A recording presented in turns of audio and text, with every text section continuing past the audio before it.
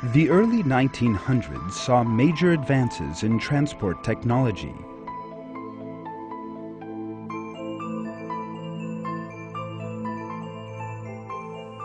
Mankind welcomed these advances, which made life so much easier, and quickly adapted to them.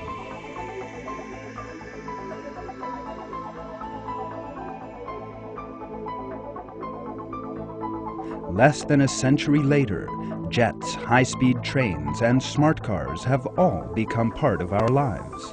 Journeys which used to take days are now but a matter of hours.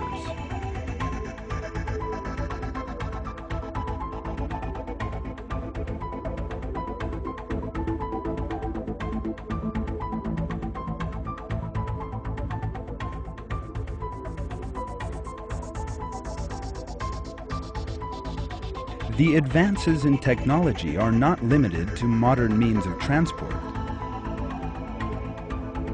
Technological possibilities in many fields, especially in health, information, and communications, have assumed giant dimensions.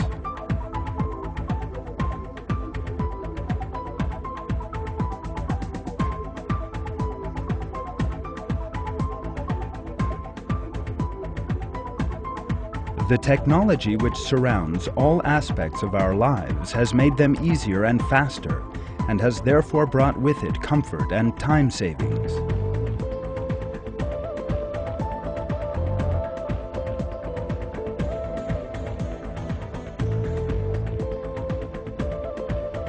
It is hard to say what else will change in our lives in another century. For the moment being, we can only imagine what those years will be like.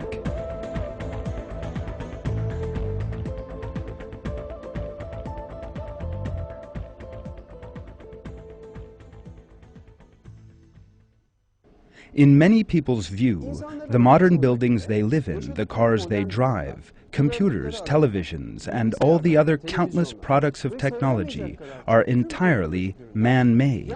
The fact is, however, that if they think a little deeper and engage in a conscious examination, they will see that there is a very important truth behind these advances. Technology is also an example of God's blessings to mankind, and thanks must be given to Him for all these things. Let us now embark on that examination together and see why it is that technology is a blessing for which we must give thanks to God.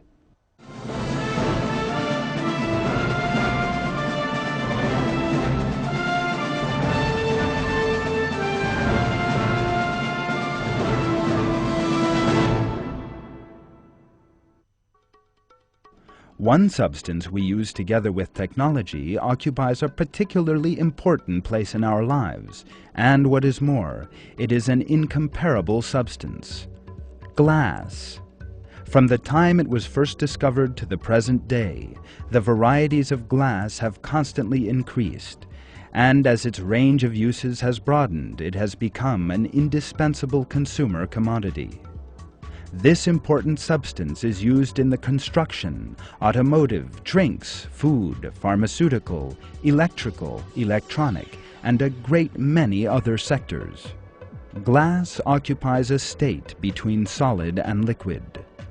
Silicon, in other words sand atoms, combine in an irregular manner with calcium, potassium, magnesium, and sodium atoms. Glass emerges as a result of this irregularity. The reason why glass is so widely used is its superior properties. It does not rust. It is waterproof and transparent. Glass is highly resistant to the effects of substances in liquid, solid, or gas form which come into contact with it. This is known as chemical resistance. Furthermore, the chemical resistance of glass is an adjustable property. The height of the alkali level in glass lowers that resistance, and boron oxide, aluminum oxide, zinc oxide, and zirconium oxide raise it.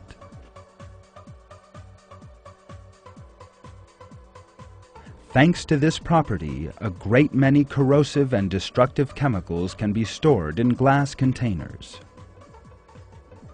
The mechanical properties of glass are also miraculous. A number of special methods can be employed to raise its resistance to very high levels.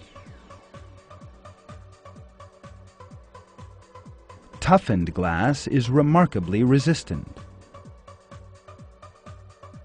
Not even kicks or blows from a hammer can break it. In addition, glass can be made stronger still by adding another chemical between two layers of glass. The interesting thing is that this method was discovered right at the beginning of the automobile age.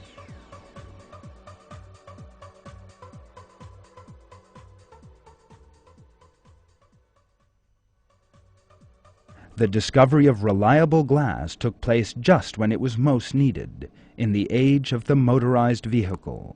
In 1903, the French chemist Edouard Benedictus formed triple-layer glass by placing cellulose nitrate between two layers of glass.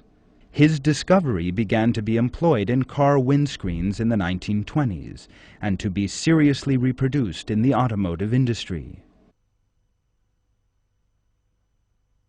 Glass has yet another important property, one which makes it so important in our lives.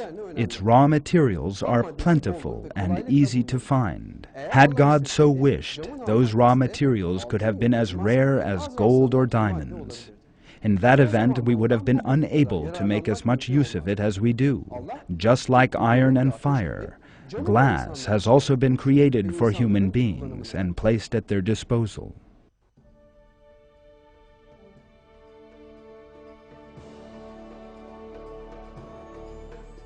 The products of technology occupy a wide place in our lives today, make our work easier, and widen our habitats. We can now accomplish a great deal more work in a great deal less time. We can travel great distances in a short space of time. Present-day technology is, of course, a product of the levels which human intelligence and ability have reached. However, there is one fact which must never be forgotten. It is God, the Lord of all the worlds, who gives mankind these materials, essential to the production of technology, and most important of all, the intelligence and ability to make use of them. Every person aware of this truth must know that all the products of technology are, in fact, blessings from God. Most important of all, he must give thanks by using them in such a way as to earn God's good pleasure. In the verses of the Qur'an, God reveals that the earth and the whole universe have been specially created for mankind.